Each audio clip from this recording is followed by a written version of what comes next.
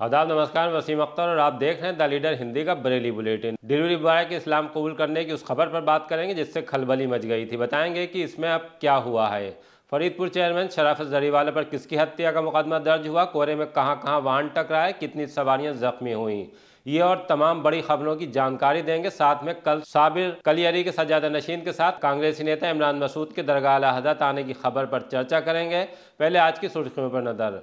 घर लौटा इस्लाम कबूलने की बात कहने वाला डिलीवरी बॉय, फरीदपुर चेयरमैन शराफत जरीवाला पर हत्या का मुकदमा। कोरे के दौरान 3 अलग हादसों में 40 सवारियां घायल। किला पुल से जुलूस निकालकर किसानों ने कमिश्नरी घेरी। फिनिक्स मॉल के बाहर कार में तोड़फोड़, मां बेटे को पीटा। बुरखा नशीन महिलाओं को भाई मोदी सरकार के तमाम काम। समाजवादी पार्टी छात्र सभा ने उठाई पुलिस भर्ती में छूट की मांग। कड़ाके की सर्दी में वृद्धजन का हाल जानने पहुंचे डीएम। एसएसपी ने बहेड़ी के हेड कांस्टेबल को कर दिया निलंबित। कांग्रेस नेता इमरान मसूद के साथ आएंगे कलियर के सज्जादा नशीन। अब खबरें विस्तार से।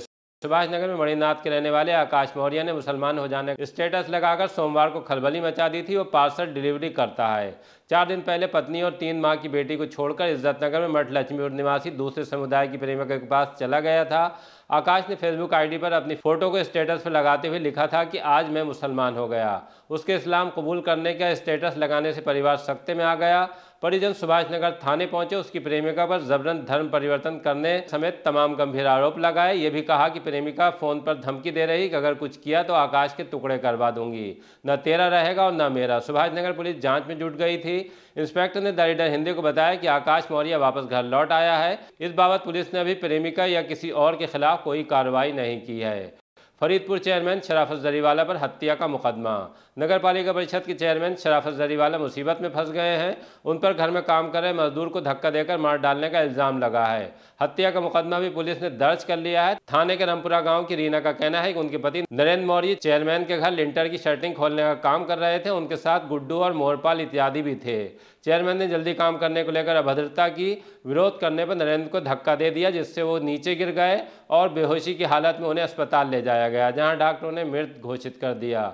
पुलिस ने शव को पोस्टमार्टम के लिए भेजने के बाद चेयरमैन पर हत्या का मुकदमा दर्ज कर लिया है। कोहरे के दौरान 3 अलग हादसों में 40 सवारियां घायल। सर्दी के पहले बेहद घने कोहरे ने कोहराम मचा दिया। 3 अलग रूट पर हादसों में 40 लोग घायल हो गए। पहला हादसा तड़के 5:30 बजे से सुबह 6 बजे के बीच बरेली पीलीभीत हाईवे पर गांव सिथरा उदरनपुर के बीच हुआ। धान से भरे ट्रक और पीलीभीत डिपो की रोडवेज बस में आमने सामने की टक्कर हुई। ट्रक सड़क से उतरकर खेत में पहुंच गया, लेकिन बस सामने से बुरी तरह क्षतिग्रस्त हो गई। बस में सवार सभी 28 लोगों को चोट आई है। बस में पीछे इको कार भी घुसी है, उसमें सवार सभी लोग घायल हुए हैं। हादसे के बाद हाईवे पर जाम लग गया। पुलिस ने क्रेन मंगाने के बाद बस और इको को किनारे कराकर जाम खुलवाया। घायलों को एम्बुलेंस से अस्पताल भेजा। दूसरा हादसा बड़ा बाईपास पर बिथरी चैनपुर थाने के नवदिया झादा के पास हुआ। पिकअप में टक्कर मारने के बाद प्राइवेट बस डिवाइडर पर चढ़ गई। इस हादसे में भी आधा दर्जन से ज्यादा लोग घायल हुए हैं। सुबह के वक्त ही फरीदपुर टोल प्लाजा पर बड़ा हादसा टल गया, जब ट्रक में भरे सोलर पैनल और बैटरी में आग लग गई। मशक्कत के बाद फायर ब्रिगेड की कई गाड़ियों ने आग पर काबू पाया। तब तक टोल प्लाजा के आसपास खलबली मची रही।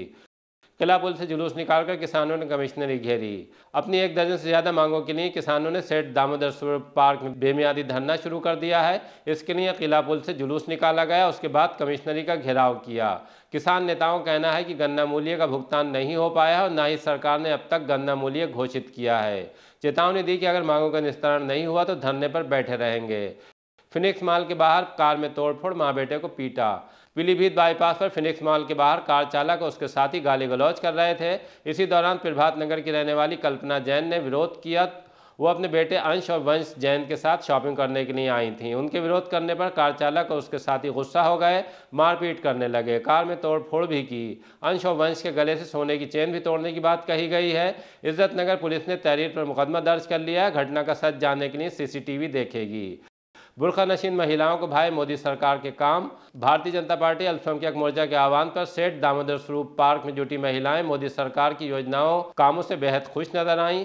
3 तलाक को ख़त्म करने का कानून बनाने, उज्ज्वला योजना और गरीबों को फ्री राशन देने के लिए धन्यवाद कहा। महानगर अध्यक्ष अनीस अंसारी की अगुवाई में मोदी सरकार जिंदाबाद के नारे लगाए गए। कुछ महिलाओं ने अपनी समस्याएं बताई कि उन्हें योजनाओं का लाभ नहीं मिला है। जी, मैं सबसे पहले मोदी जी का शुक्रिया 3 तलाक पे करना चाहती हूँ, जिससे औरतें बहुत ज़्यादा परेशान थीं, घर से बेघर हो जाती थीं। सबसे ज़्यादा शुक्रिया इस बात का है। दूसरा, जो घर में चूल्हे जलते थे उस पे मोदी जी ने गैस चूल्हे का इंतज़ाम करा है, उसका शुक्रिया। सबसे बड़ा शुक्रिया आयुष्मान कार्ड को लेके मैं कहूँगी कि बीमारियों से लोग जूझते थे और हम तोड़ देते थे, अब उसको आयुष्मान को लेके वो लोग अब अपनी बीमारियों का इलाज करा रहे हैं। बहुत बड़ा शुक्रिया इस बात का। अब बच्चों का जो है फ्री उनका दाखिला हो रहा है, इस बात का मैं मोदी जी से शुक्रिया करना चाहूँगी।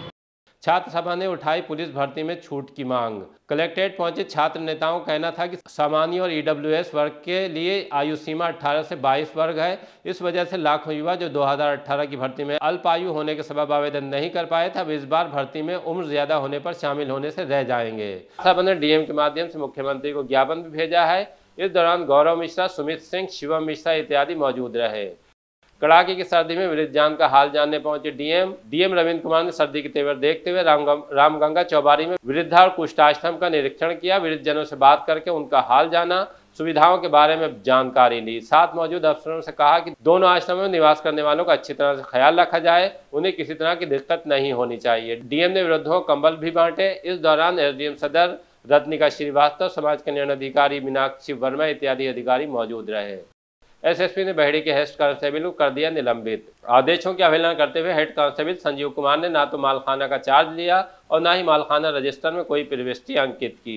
एसएसपी घुले सुशील चंद्रभान ने हेड कांस्टेबल के इस कृत्य को कर्तव्य पालन में घोर लापरवाही और अनुशासनहीनता मानते हुए निलंबित कर दिया है। विभागीय जांच भी शुरू कराई है। कांग्रेस नेता इमरान मसूद के साथ आएंगे कलियर के सज्जादा नशीन। पिरान कलियर, साबिर पाक के सज्जादा नशीन, शाह अली मंजर, एजाज कुद्दूसी, साबरी, अली शामिया, सुन्नी खानखाई इत्तेहाद का पैगाम लेकर बुधवार दोपहर 12:30 बजे शहर के झुमका चौराहा पर कांग्रेस के वरिष्ठ नेता इमरान मसूद और 10 सदस्यीय प्रतिनिधिमंडल के साथ पहुंचेंगे।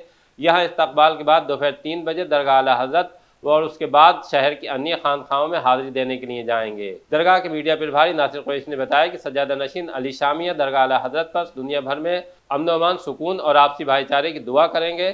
सभी लोग दरगाह आला हजरत के सज्जादा नशीन मुफ्ती एहसन रज़ा कादरी एहसन मियां से मुलाकात करेंगे। मौजूदा हालात पर चर्चा होगी।